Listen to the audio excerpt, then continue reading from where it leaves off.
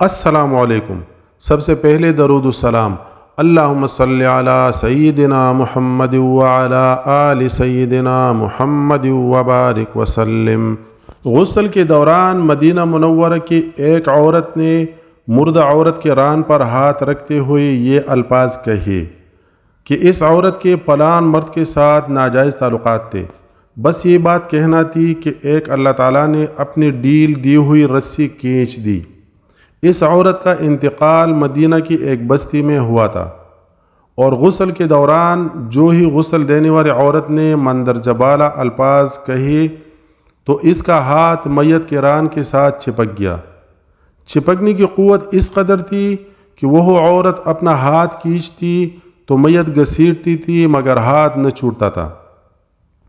جنازے کا وقت قریب آ رہا تھا، اس کا ہاتھ میت کے ساتھ چپک چکا تھا اور بے حد کوشش کے باوجود جدا نہیں ہو رہا تھا۔ تمام عورتوں نے اس کے ہاتھ کو پکڑ کر کھینچا، مروڑا، غرض جو ممکن تھا کیا، مگر سب بے سود۔ دن گزرا، رات ہوئی، دوسرا دن بھی گزرا، پھر رات ہوئی، سب ویسا ہی تھا۔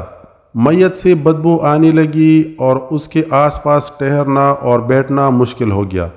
علماء کرام، قاری صاحبان اور تمام اسلامی طبقے سے مشاورت کے بعد طے ہوا کہ غسال عورت کا ہاتھ کاٹ کر جدا کیا جائے اور میت کو اس کے ہاتھ سمیت دفنا دیا جائے۔ مگر اس فیصلے کو غسال عورت اور اس کے خاندان نے یہ کہہ کر رد کر دیا کہ ہم اپنے خاندان کی عورت کو معذور نہیں کر سکتے، لہٰذا ہمیں یہ فیصلہ قبول نہیں۔ دوسری صورت یہ بتائی گئی کہ میت کے جسم کا وہ حصہ کاٹ دیا جائے اور ہاتھ کو آزاد کر کے میت دفنا دی جائے، مگر اس بار میت کے خاندان نے اعتراض اٹھایا کہ ہم اپنی میت کی یہ توہین کرنے سے بہرحال قاصر ہے۔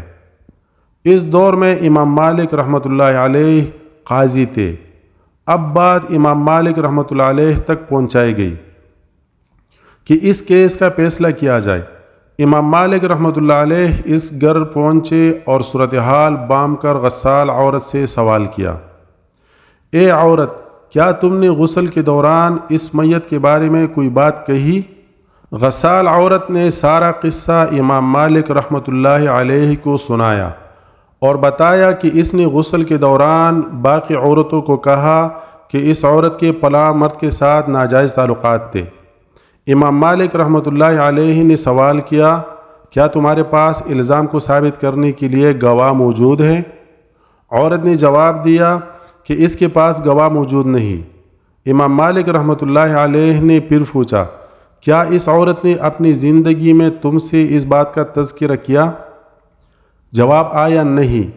امام مالک رحمۃ اللہ علیہ نے فوری حکم صادر کیا کہ اس غسال عورت نے چونکہ میت پر تہمت لگائی ہے، لہٰذا اس کو حد مقررہ کے مطابق 80 کوڑے لگائے جائے۔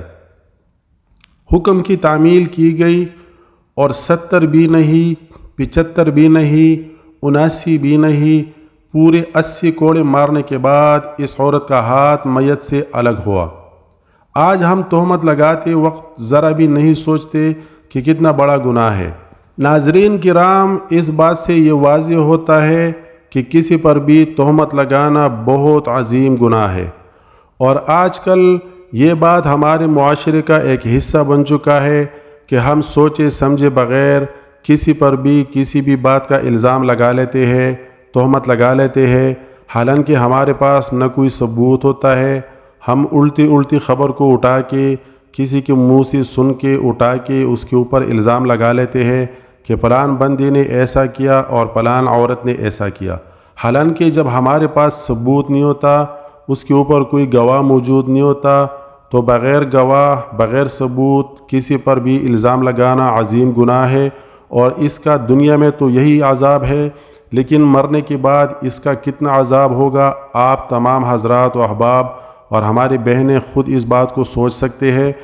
لہٰذا میرے اپنے تمام اسلامی بہن اور بھائیوں سے التماس ہے کہ کبھی بھی کسی پر بغیر ثبوت کے نہ الزام لگایا کرے، نہ کسی کے اوپر تہمت لگایا کرے، کیونکہ ایک بے داغ انسان ہوتا ہے اور اس کے اوپر بلا وجہ تہمت لگ جاتا ہے، بلا وجہ اس کے اوپر الزام آ جاتا ہے، تو اس کی زندگی میں اس کو کتنی تکلیف ہوگی اور کتنا برا اثر پڑے گا۔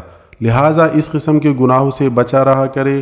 اگر آپ لوگوں کو یہ ویڈیو ذرا سی بھی اچھی لگی تو اس کو لائک کرے، اور جتنا آپ لوگوں سے ہو سکتا ہے اس کو شیئر کرے صدقہ جاریہ کے طور پر، تاکہ باقی بھی تمام لوگ اس سے فائدہ اٹھا سکے اور اس قسم کے گناہوں سے بچا جا سکے۔ جزاک اللہ خیر۔ ہم ملیں گے اس کے بعد کسی دوسرے اچھی سے ویڈیو میں۔ اللہ حافظ، اللہ نگہبان۔